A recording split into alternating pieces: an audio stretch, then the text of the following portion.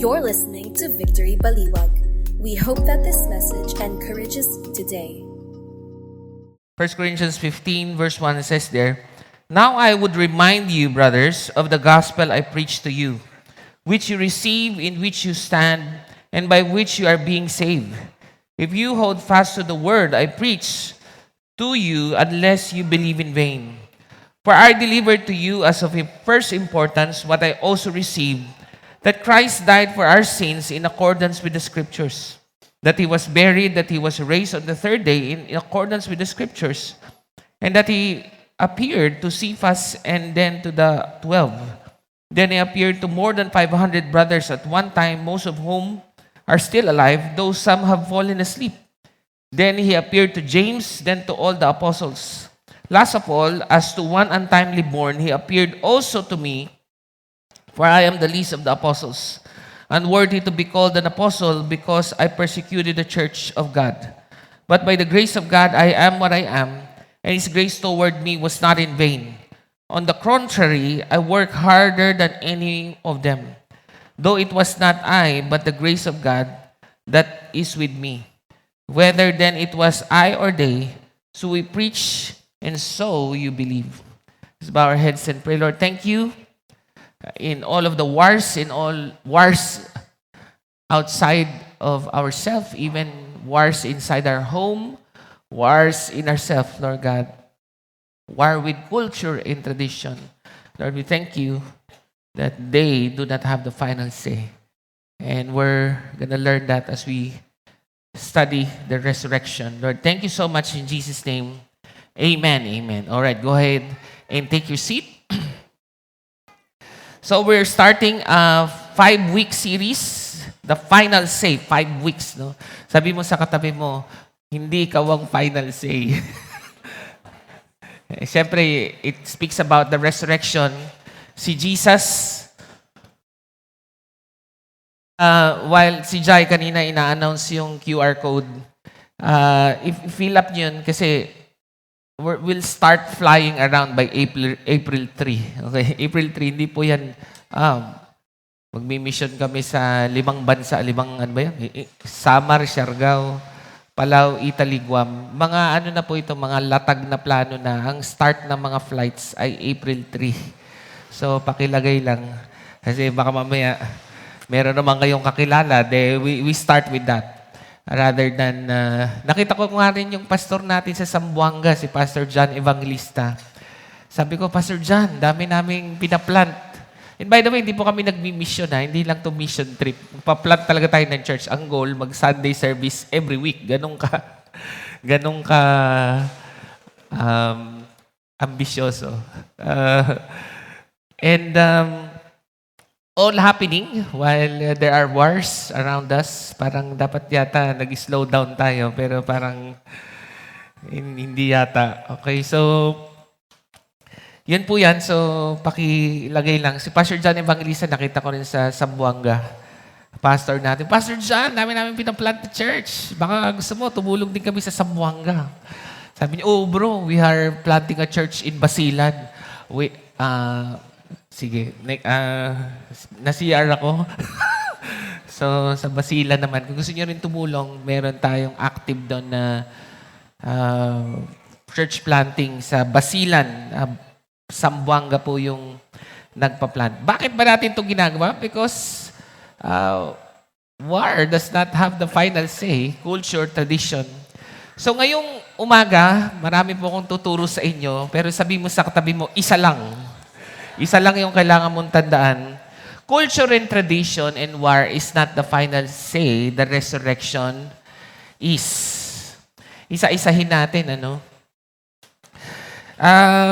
Alam niyo yung culture, pinapalakas ko lang yung tuhod ko.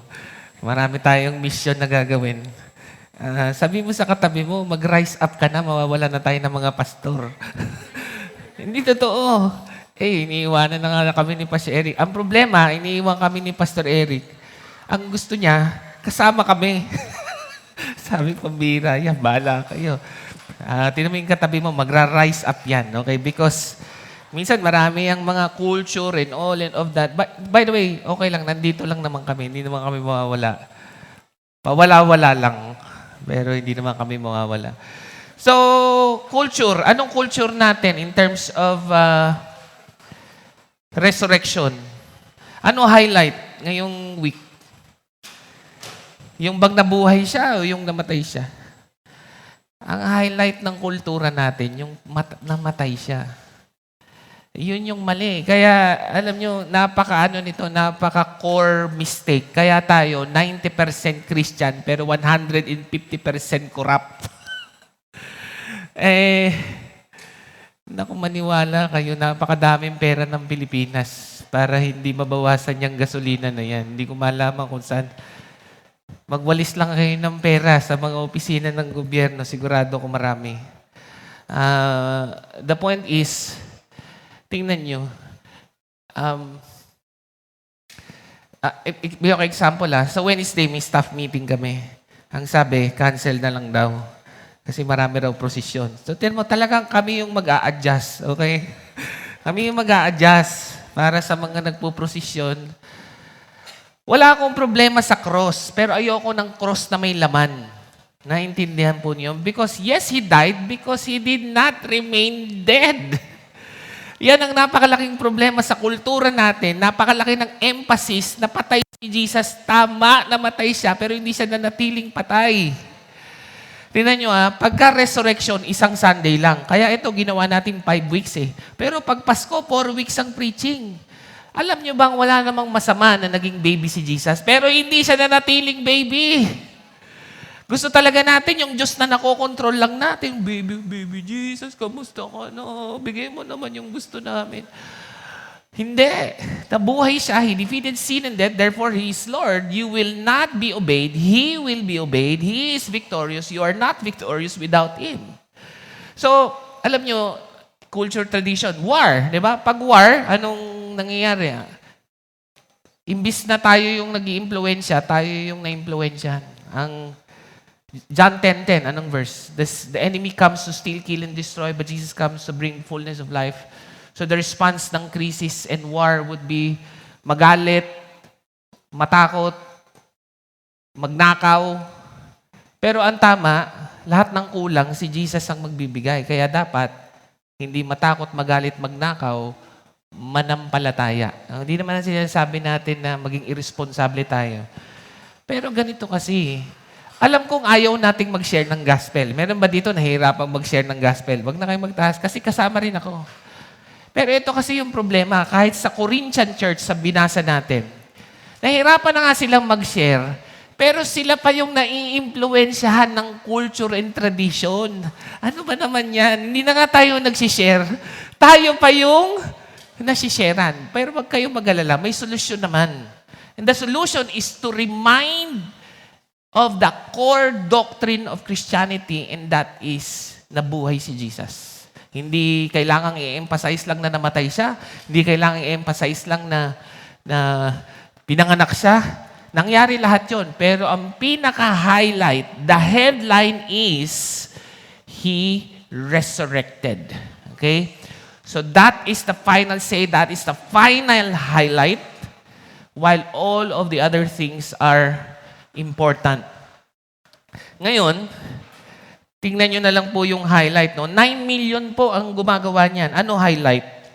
Yung namamatay si Jesus. Kaya nga naisip ko,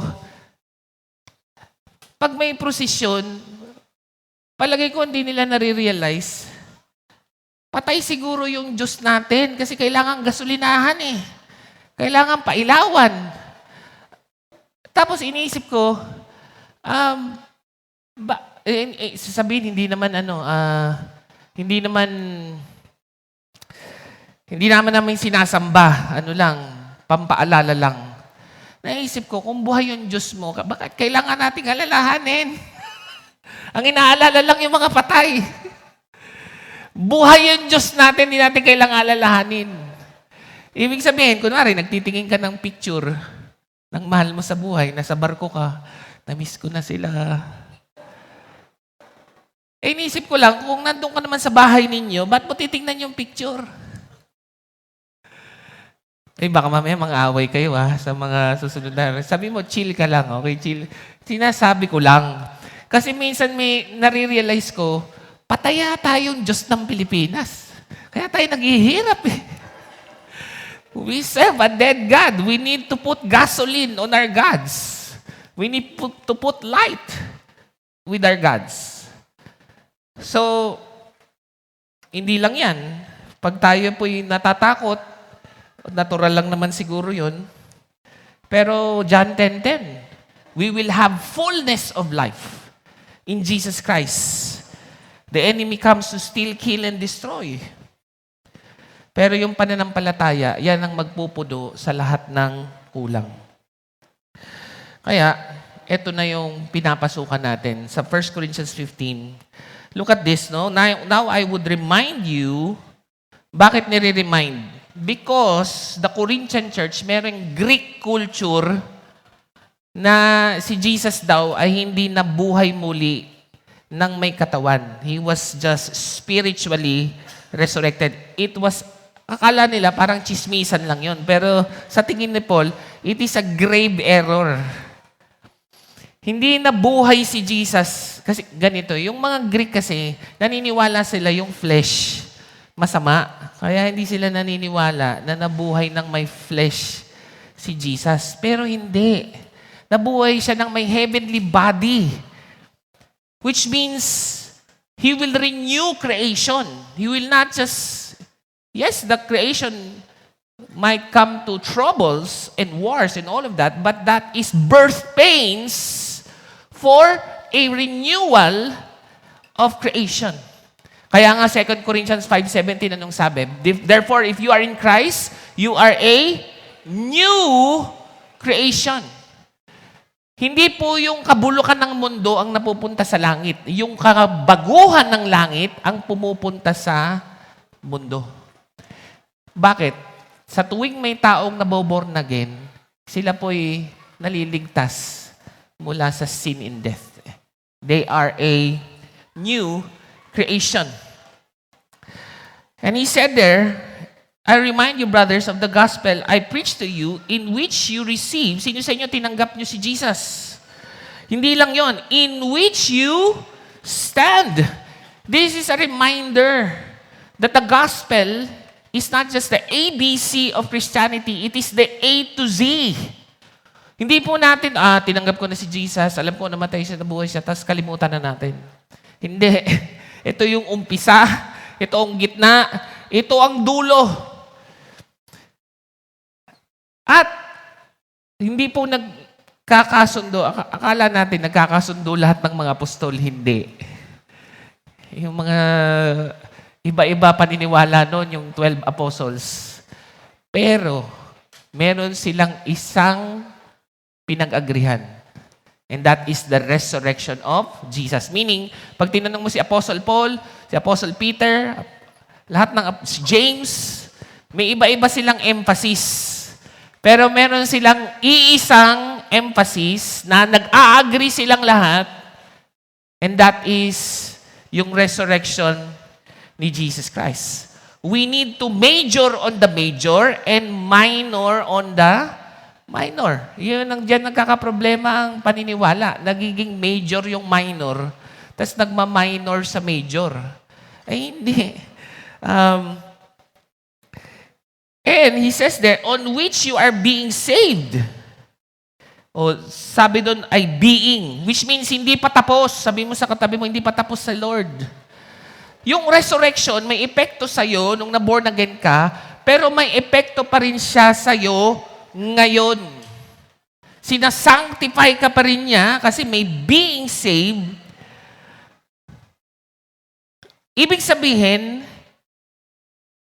all by grace itong pagtanggap sa resurrection ni Jesus. If you hold fast to the word I preach to you, unless you believe in vain. Kasi ang nangyayari sa mga Corinthian church, naniwala sila na buhay si Jesus, tapos balik na sila sa good works.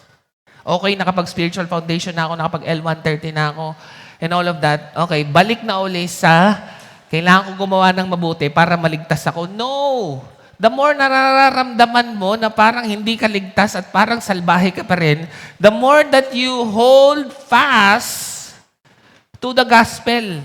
Wala nang iba na nabuhay si Jesus at ito lang ang mahalaga, hindi magpinitensya. Diba? Ay, kasi parang kulang pa eh. Sugatan mo nga yung likod ko. Hindi, dapat nating panghawakan ito. Hindi magpadugo ng magpadugo. He continues on, for I delivered to you as of first importance. Sabi mo sa katabi mo, ito, pinaka-importante. First importance. What I also received, tinanggap din naman niya. Ano daw yung mahalaga? That Christ died for our sins in accordance to Scriptures. Ito daw ay number 1 sa lahat. Wala ka na dapat iniisip, hindi kultura, hindi tradition, hindi gera. Namatay siya according to Scripture. O, bakit importanteng according to Scripture? Kasi hindi niya trip lang yun. Kasi mamaya sabihin, ba't namatay si Jesus para sa ba't ni-request ko ba? May nag-request ba sa inyo? Ganito, kahit di mo ni-request na mamatay siya, si God parang si Doctor Strange yan. Di ba?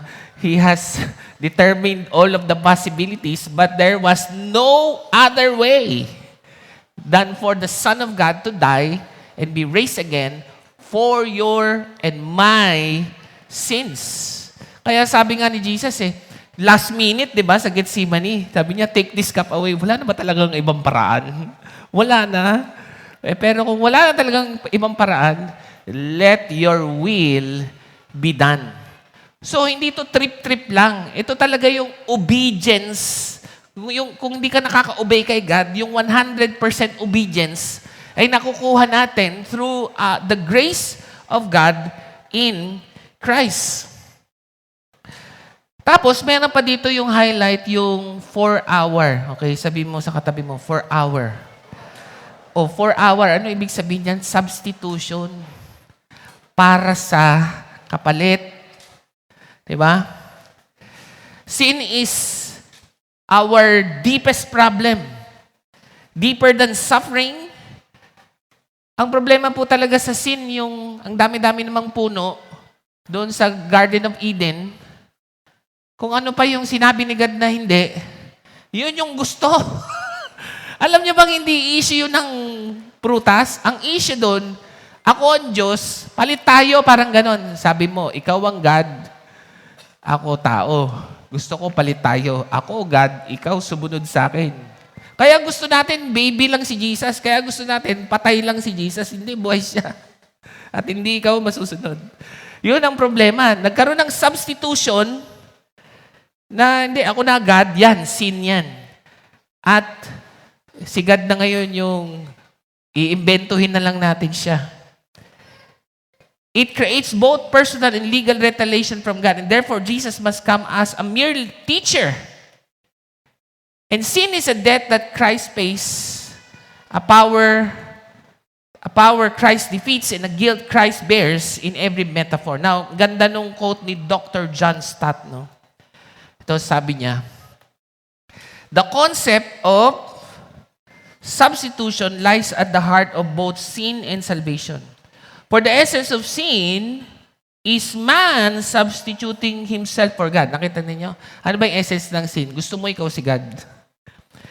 While the essence of salvation is God substituting himself for man. Nakita niyo? You wanna take the place of God? But saving us, God took the place of man and died on the cross for your sin and my sin. How many of you are grateful Jesus did that for us?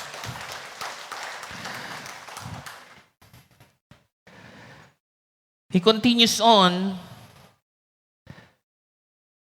Ito pa yung word na hour, no? Gusto ko tong hour. So, sino nagsusulat? Si Paul. Hindi niya sinabing, ikaw makasalanan. Sabi niya, tayo. Sabi nga niya kay Paul, kay Timothy, si Paul, Timothy, of whom I am the worst of sinners. So, walang exempted dito. For the wages of sin is death. Hindi pastor, hindi yung katabi mo, lahat tayo. Kung walang resurrection, wala tayong pag-asa. At hindi ito base sa magagawa natin. Because we only hold fast to what we receive and to what we stand on. Sabi nga ng Romans 3:23, for all have sinned, all. Ano bang Greek word ng all? Kailangan pa ba i-research yun? All means all. For all have sinned and fallen short of the glory of God.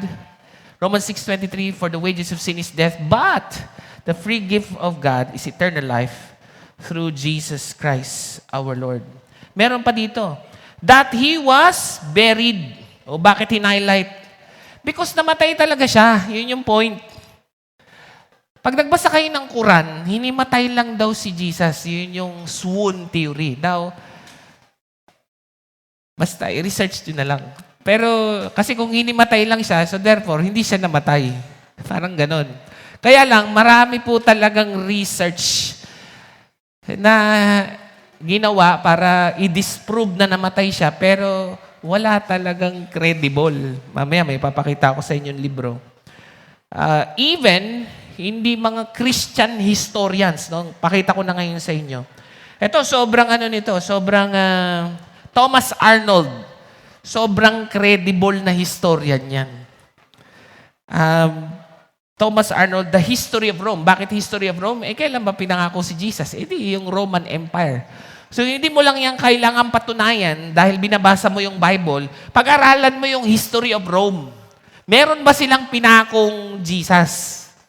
At sa kanyang PhD, doctoral at lahat na lang, sabi niya, simple lang I know of no one fact in the history of mankind which is proved by better and fuller evidence of every sort to the understanding of a fair inquirer. So siya, hindi naman siya pinoprove lang niya yung Christianity dahil doctorate siya. Nag-i-inquire lang siya. At bilang hindi Kristiyano, bilang Roman historian, yan ang PhD niya. That the great sign which God had given, that Christ died and rose again from the dead. And that is a perspective of a PhD, not in theology, but in history. So, ibig sabihin, siguro may mga doubts kayo, hinimatay lang, hindi namatay. Nako, maaaring may doubts kayo, pero there is underwhelming evidence na hindi siya namatay. And there is overwhelming evidence na namatay talaga siya. At nabuhay muli. Sabi doon, that He was raised on the third day in accordance with Scripture. Bakit na naman in accordance with Scripture? Hindi niya trip yan. Ito talaga yung will ni God. Kung gusto niyo, sino sa inyo gusto niyo sundin yung will ni God sa buhay natin? Minsan napaka-mystical natin. Anong prayer mo sa birthday mo? Gusto kong masunod yung will ni God sa aking buhay. Ano ba yon? Ano ba yung will ni God? Napaka-mystical. Simple lang. Hindi mo kayang iligtas ang sarili mo, namatay siya, nabuhay muli para sa'yo, hindi dahil trip niya, pero yun yung will ni God. Kaya tanggapin mo siya. At yun ang will ni God sa buhay mo. Hindi yan hinahanap, nasa between ba? Hindi. Nasa scriptures. He truly died and was resurrected, which means, so ano yung silbi ng nabuhay siya uli? Ibig sabihin, niluwa siya ng kamatayan. Ibig sabihin, the debt is fully paid. Merong buhay na walang hanggan. There is no condemnation. Para po siyang resibo. Sabi nga ni Jesus, tetelestai, di ba? Paid in full. It answers the accusations of conscience and assures believers that there's no condemnation. So, nagiging problema po talaga kasi yung kultura. Kasi kunwari, dami kong ginawang kasalanan, I feel condemned. Magpepenitensya ako, magpo-procession, or kung hindi man yon, marami pang ibang bagay that is religious. Where in fact, you just have to hold fast This is not good advice. This is good news. Bayad na eh. Ano pa yung kailangan bayaran kung bayad na talaga? Nagawa nyo na ba yun na pagpunta nyo sa hospital bill, yung kunwari, nagkasakit ka, di ba? Tapos, lalabas na po kami. Magkano po ba yung natitira? 300,000 pero may nagbayad na. Ha? Ba't may nagbayad? Hindi, magbabayad pa rin kami. May nagbayad na nga eh. Di ba? So, anong gagawin natin? There's no more condemnation. Tapos yung resurrection, ibig sabihin nun, si Jesus yung unang tumalo sa sin and death sa katawang lupang ito. Nakaintindihan niyo ba yan? Kung wala nang pag-asa yung mundo, tama ka.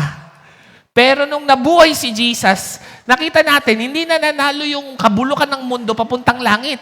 Ang nananalo, yung langit at buhay ng langit ay nananalo pa isa-isang tao dito sa lupa. Therefore, if anyone is in Christ, he is a new creation. The old is gone, the new has come. Verse 5, and that he appeared to Cephas, then to the 12. So bakit niya na yan sinasabi? Hindi yan private. Alam niyo yung karamihan ng mga, kunwari, si Muhammad,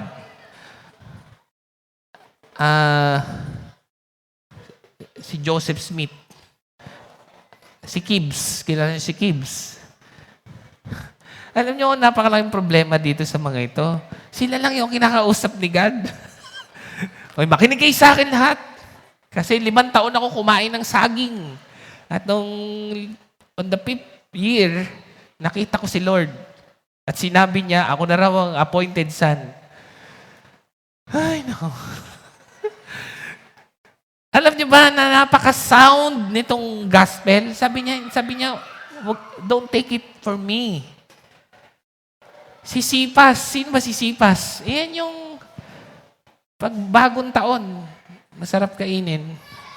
Sopas yan. Si Paul yan. Ay, sorry, Peter pala. Ano ba Peter? Si Peter yan might be his Greek name. Cephas, then to the 12. Now, bakit mahalaga yung 12? Kasi yung 12, nakasama talaga nila si Jesus for 3 years. Diba? I mean, sino sa inyo, kilala nyo naman si Jesus? Lahat naman tayo. Sa Bible, prayer, Holy Spirit. Pero bakit mahalaga itong 12? Nakasama nila in the flesh for 3 years. Then, He appeared to more than 500 brothers at one time. And alam nyo ba, may isa pang kamangha-mangha. Mamaya pala, sabihin ko na kaya ngayon. Si James, Alam nyo ba, ang huli, bago si Paul, si James, alam nyo bakit siya yung huli? Nakaano na lahat. Talagang siya ang anak ng Diyos. Ang huli na lang na nag-asang-ayon, yung kapatid niya, biological brother, si James. I-research nyo po yan, history yan. Hindi po totoo yung forever virgin si Mary. Ang dami ko na talagang problema ngayon. May misa pa naman dito mamaya. May kapatid din. Kahit kayo, picturean nyo, i-chat GPT nyo. Sino yung James na yan? Biological. Biological, ibig sabihin, nagkaroon uli ng anak si Mary pero hindi na sa Holy Spirit. Alam nyo ba siya yung huli? Ikaw nga, naniniwala ka ba na yung kapatid mo, anak ng Diyos? Pambihira yan. Ikaw? Nako. Tama nga, bad breath ka rin Hindi ko alam. So, pero ito na nga yung point. Si James talaga yung pinakamalaking testimony kasi kasama niya to sa bahay. In fact, nung nagkakagulo sa Acts 15 tungkol sa magpatuloy o hindi magpatuloy sa Galatian Church, sinong nag-resolve ng issue? Si James. Kasi hindi sila magkasundo Tapos si Peter, tsaka si Paul nag-aaway. Kasi si Peter parang nahihiya doon sa gustong magpatuli. Yung namang basahin nyo na lang, si Paul naman, pinagagalitan si Peter. Hindi dapat pagalitan si Peter. Siya yung the rock. Parang ganon. Kaya nag-aaway sila. So, sinong makakapag-resolve? Alam ko na. Yung kapatid ni Jesus. Biruin nyo. Napapaniwala niya yung kapatid ni Jesus. Ano ang pwede mong gawin para maniwala ang kapatid mo sa'yo? Wala. Hanggang ngayon, yung kapatid ko hindi naniniwala ang pastor ako.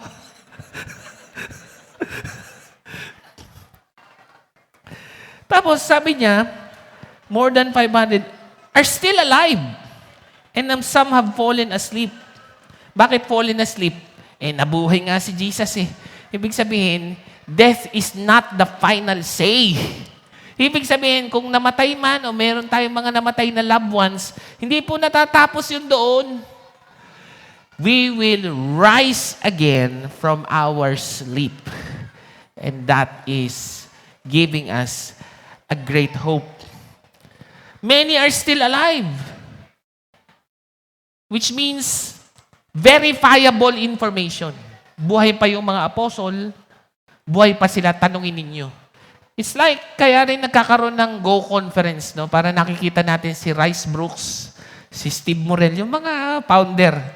Sasabihin talaga, nagsimula yung victory nung EDSA Revolution, 1984. Oo nga. Di nga. Si Steve, tanungin mo. Alam mo yun? Parang ganon, buhay pa sila. Verifiable information. Hindi ka mukha si Muhammad, talagang mabubuhay pa kaya ako dito? 700 years after the fact. So that is not verifiable information. Nakuha niyo ba yun? Not verifiable. Ito, within 30 years. Ibig sabihin, buhay pa yung mga nagsasabing na buhay talaga siya. At hindi lang 12. At anong sabi? Hundreds, 500 brothers at one time. Mas marami pa sa atin yun eh. Naisip niyo ba yun? Parang nag-Sunday service siguro si Jesus na 500 yung umattend. Tapos siguro lahat sila pumila, kiniliti lahat nila. Oo nga talaga, siya talaga to. So, he appeared to James, then to all the apostles. And last of all, as one untimely born, he appeared also to me. At hindi naman niya yung pinagtatanggol ng wala lang. Kasi alam naman natin, road to Damascus, dapat uusigin niya yung mga Kristiyano, pero nagpakita sa kanya si Jesus. So, ibig sabihin, kahit pumanik na sa langit si Jesus, He is still willing to show Himself alive to us today. How many of you believe we serve a living God? Ngayon, ngayon.